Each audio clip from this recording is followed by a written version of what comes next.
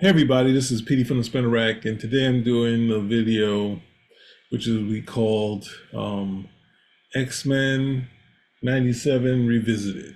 Now, what my plan is to do is just to touch on some things that were in the X-Men 97 series, just kind of connected to the comic book, because ultimately I have to say that the X-Men cartoon is a big important thing that really connects to the X-Men movies. But in my mind, the cartoon was kind of, well, I felt the movies were a love letter to Chris Claremont, but there were bits I didn't understand. And then when you watch the cartoon, it's like, wait a second, this is a lot of stuff from the cartoon. And I was looking at it. So we have this new series, and in my mind, this new series takes in, say, X-Men, I guess it would be from, well, I guess when Madeline comes in, which is X-Men 168 to about, as of right now, 274, but they also had Genosha, so so Genosha's in there. Magneto doesn't control the Genosha until I think Alan Davis's run, which was the Magneto War. So it's a lot of stuff, but I'm trying to concentrate this into, man, I should have that book here too. But we'll see. We'll see if we can get to that, right? So let's look at this. I've already done some stuff on Madeline and Cyclops and X Factor and that stuff. Their videos I'd love for you guys to check out. But I guess we'll revisit this stuff to kind of talk about it later. But there's a bit in, I think, the second cartoon where the X-Men's plane blows up and they fall into the sky, and they sort of group up and save each other. And this is a bit that we saw in the Giant Size X-Men. I think it happened a few times in the Cockroom run. Byrne did it a couple times. But maybe they get attacked by Magneto, but they survive it. But there's never been someone who's done the first really dynamic version of it, which everyone kind of decided that they were going to do. Comes from this issue here. X-Men versus Factor 3. Now you're looking at it and saying, these are original X-Men. Like, come on. Like, this is, what are we talking about? There's only the Kirby stuff. What's the other stuff that people like? Kirby stuff, Neil Adams, and Steranko. And I give you one more artist that you should check out, right? In this issue, it's not, the cover isn't done by the same artist. This looks like it could possibly be Werner Roth. I don't see a signature next to it, right? So let's go through this. We have Andru and Don Heck. And this is a fabulous splash page. This is, the two of them should have done work together forever, but ultimately, this portion of the story we're not going to get into, right? But it's a cool shot of Cyclops and Angel fighting the Juggernaut with someone looking, and it's Changeling, this outer space person who ultimately becomes a mainstay. And actually, this also connects because Changeling is kind of tossed to Morph, because he's the first Changeling in the comic books, and then they put in Morph, who dies, and Morph ultimately dies. So I got another bit for you guys. So that's another bit that you can see in the cartoons. Now the X-Men will get into this plane, right? We got this alien ship, this Magno disc that's going after this airplane here, right? So you see the airplane. Now this artwork isn't always, even though as gorgeous as it isn't as easy to see. So we see the plane over here. We see the plane dip, right? Let's go over to this other part over here. All right, so the plane is in trouble. So the X-Men kind of realize, you know what? They're after us, right? So the only way that they can figure this out is that they need to jump out of the plane. to save the people.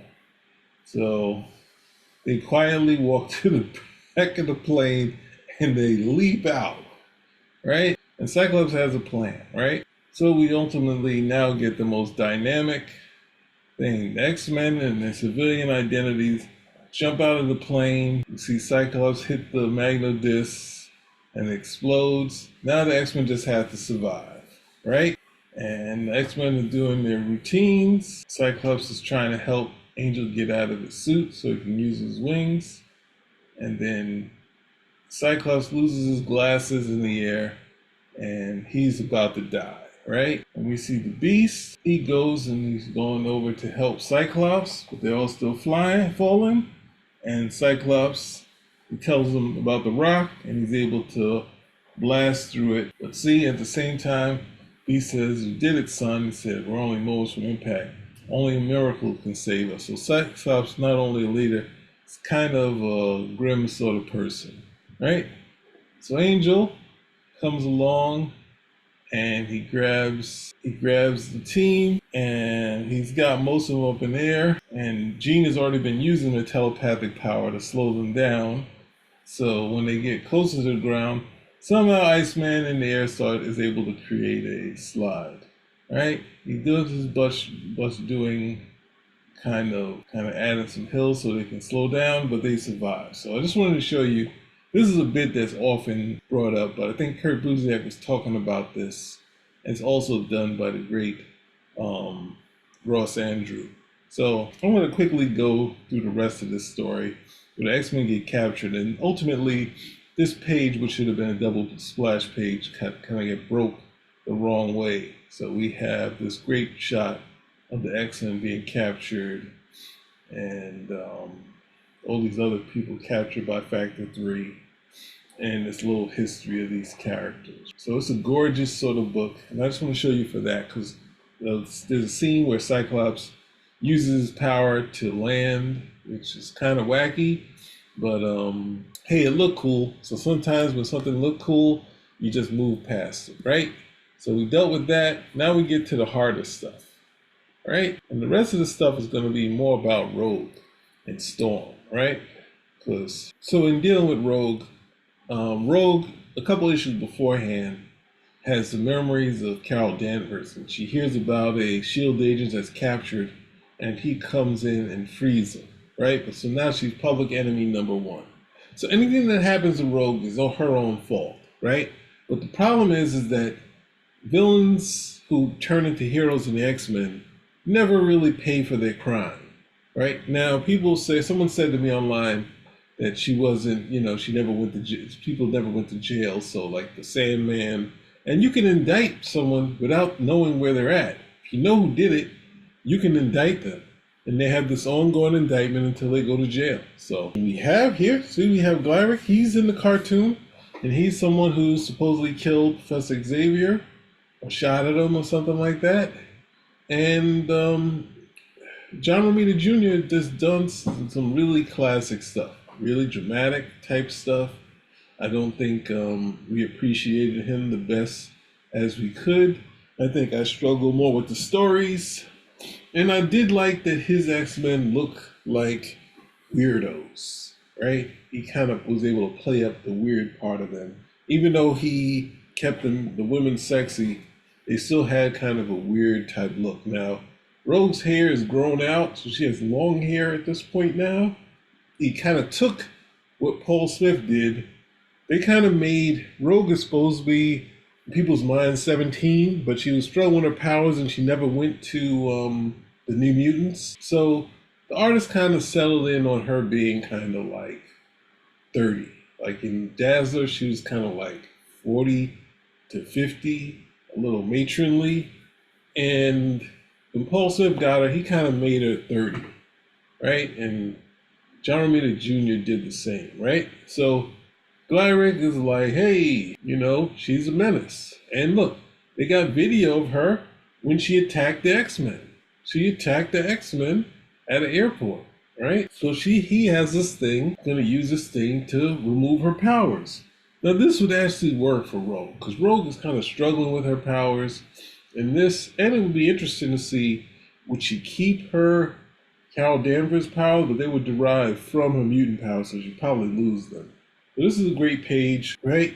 And we have Raven Darkhold, who's they haven't figured out that this person with a villain's name is a Mystique or a villain, right? But Raven Darkhold busts in, and she doesn't want to use this Forge neutralizer, right? And we also have Valerie Cooper, who's here, who's her friend, and any kind of woman that has a relationship with another woman, we have this edge of, possibly having a relationship, right? So Val kind of talks her down, and we cut back into this. Now, Storm uncharacteristically became a punk rocker. She is someone who's from Africa, who's also from Cairo, but when Professor X met her, she basically didn't understand civilized land, even though they added a backstory that she was, in Cairo. She realized that what I talked to you about when they say encounter. In the past week, ever since her encounter with Michael Rossi, Rogue has become increasingly tense and unstable. Now, she didn't just have an encounter. She took him from the SHIELD helicopter. So ultimately, that's a crime, right? But it's comic book, so people move past it, right? So we have Xavier talking to Rachel. Storm is gonna go try to figure out Xavier trying to figure out where she's at. And while so I can get you another bit. Now everyone kind of felt there's gonna be a Madeline show up in this thing, and it looks like we did, but Cyclops at this point in the story is married to Madeline, and I think I did this bit beforehand. I showed you this page where she tried to call. They don't even have their number in the Rolodex, and he's in Alaska. Why is he in Alaska? So I do want to talk about this. I do want to talk about Cyclops being in Alaska. So I do want to talk about Cyclops being in Alaska, and the idea is that Chris Claremont was saying Cyclops is going to grow up, right? That he's going to have a family, so he has to move out, and he has to act like a human, not use his powers anymore, which is totally weird that at this point he's not going to do what he's known best for. Yes, he has a family, but it seems like the cartoon is dealing with it a little better, even though they keep talking about him leaving.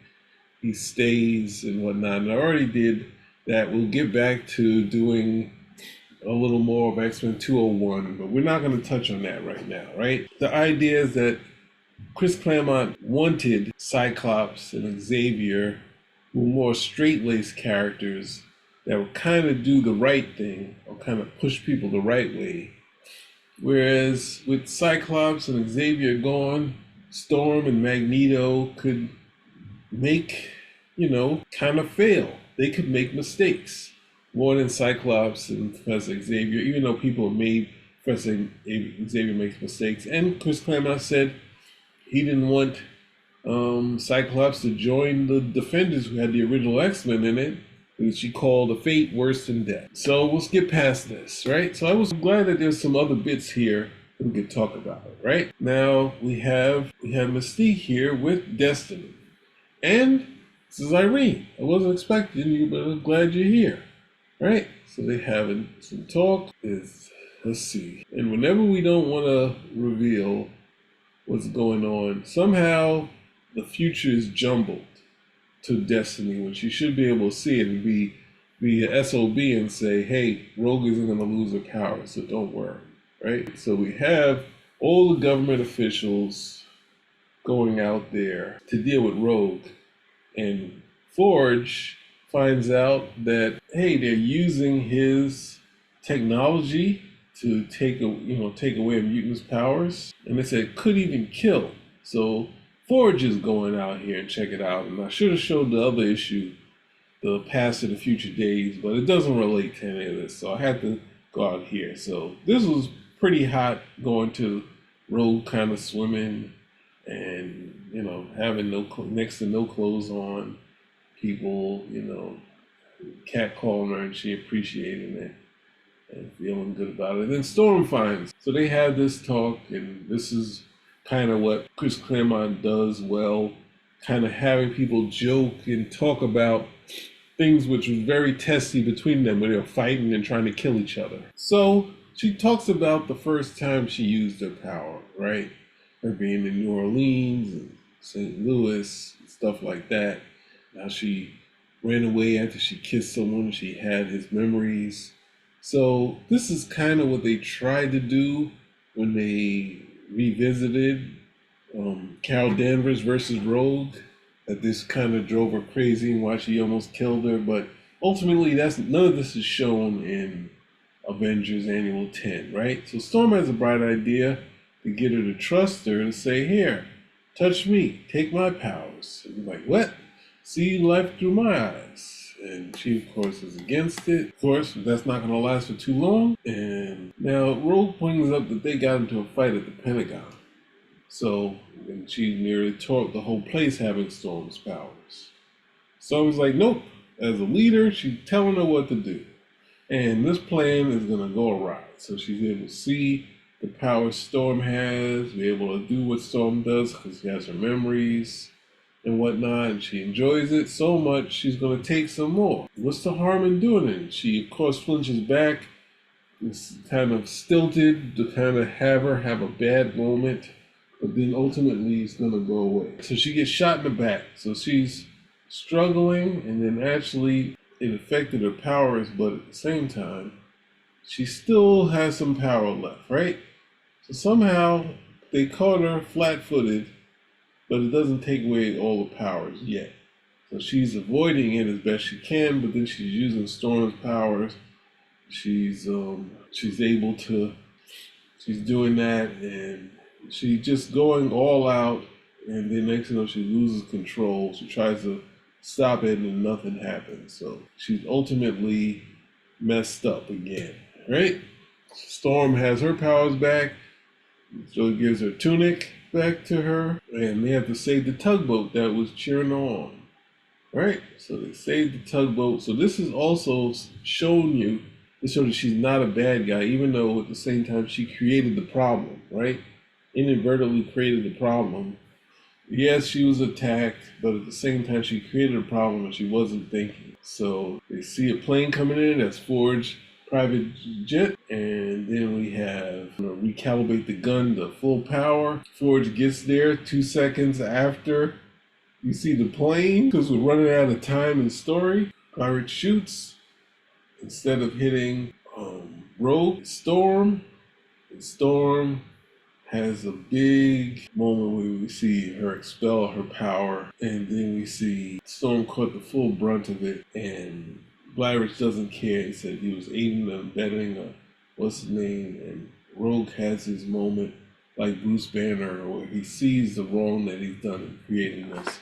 And somehow this slow thing reveals these dire wraths. There's nothing related to what's his name, but they have this gun that's going to kill people. So ultimately, what's his name has to die. And we got a shot of Madeline here. We got a shot of Madeline, which was the shock of Scott seeing a redhead, right? So we're going to get to our last book, and it's a Jim Lee one, right? And why I bring this one up is X-Men 247. The other one was X-Men 185 and X-Men 37, right? So this, at some point you can see Frank Miller stuff creep in. We have the news reports. Cartoon does this a lot too. Hold on, you guys.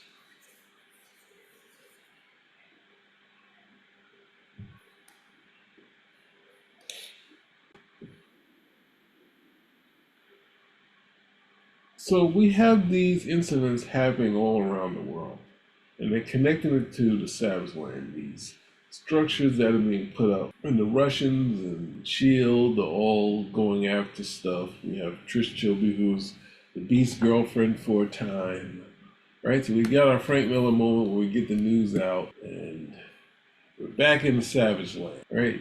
And we see that the S.H.I.E.L.D. agents who was sent out to the Savage Lands, got destroyed. And Magneto is here for reasons we don't know, right? But this used to be his stomping ground, and he's worried about a person named Zaladane, right?